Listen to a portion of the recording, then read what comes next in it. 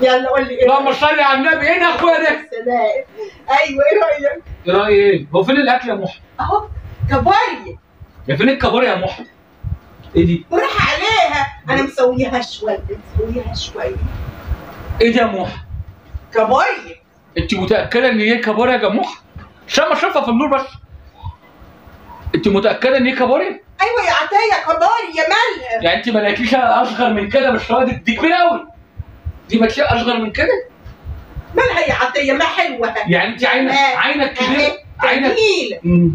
بتتكلم عن نفسك يا تكاتو يا حركاته. ايه ده يا محي؟ جمبري. هو فين الجمبري يا محي؟ اهو جمبري اهو. ده عايز نضاره اشوف فيه. طب انت يعني ده دول عيالهم يعني يعني امهم جايه هتجيبيه دلوقتي ولا تعملي ايه؟ مالك يا عطيه بتقلس عليا ليه؟ شايفه الجمبري؟ ده عايز ميكروسكوب يشوفه يا محي. يعني ليه يا عطيه؟ ما حلو الجمبري اهو جميل. الله عليه الله عليه. ده جميل. ده عايز ميكروسكوب يشوفه يا محي. جميل والله. ايه ده يا محي؟ ده كيلو ب 35 جنيه. ايه؟ كيلو ايه؟ ب 35 جنيه. وده كيلو بكام؟ ب 25. يا محي انا هعطيكي 250 جنيه الصبح.